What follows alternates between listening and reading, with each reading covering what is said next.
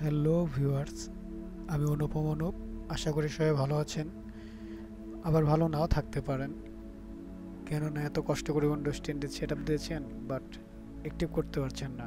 দুঃখ রাখার জায়গা আছে? তো ডোন্ট ওয়ারি, আমি আসছি কী করতে। তো আজ আপনাদের দেখাবো খুব সহজে কীভাবে উইন্ডোজ 10টি অ্যাক্টিভ করা যায়।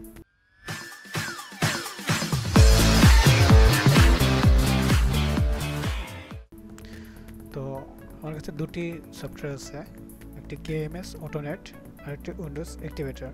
এই দুটি অ্যাপসের মাধ্যমে আপনি খুব সহজে উইন্ডোজটি অ্যাক্টিভ করতে পারবেন। তো চলুন শুরু করা যাক।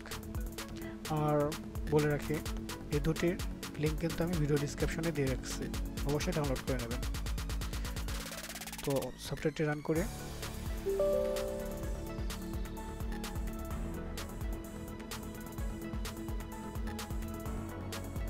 বাই দ্য ওয়ে বলে রাখি, আমি কিন্তু উইন্ডোজটি কিছুক্ষণ আগে অ্যাক্টিভ করে রেখেছি। তো আপনাদের দেখানোর জন্য পুনরায় অ্যাক্টিভ করে দেখাচ্ছি। তো এখানে অ্যাক্টিভেশনে ক্লিক করবেন, তারপর অ্যাক্টিভ উইন্ডোজ নামের একটি অপশন আছে, সেখানে ক্লিক করবেন। কিছু সেকেন্ড সময় লাগবে, ওয়েট করুন।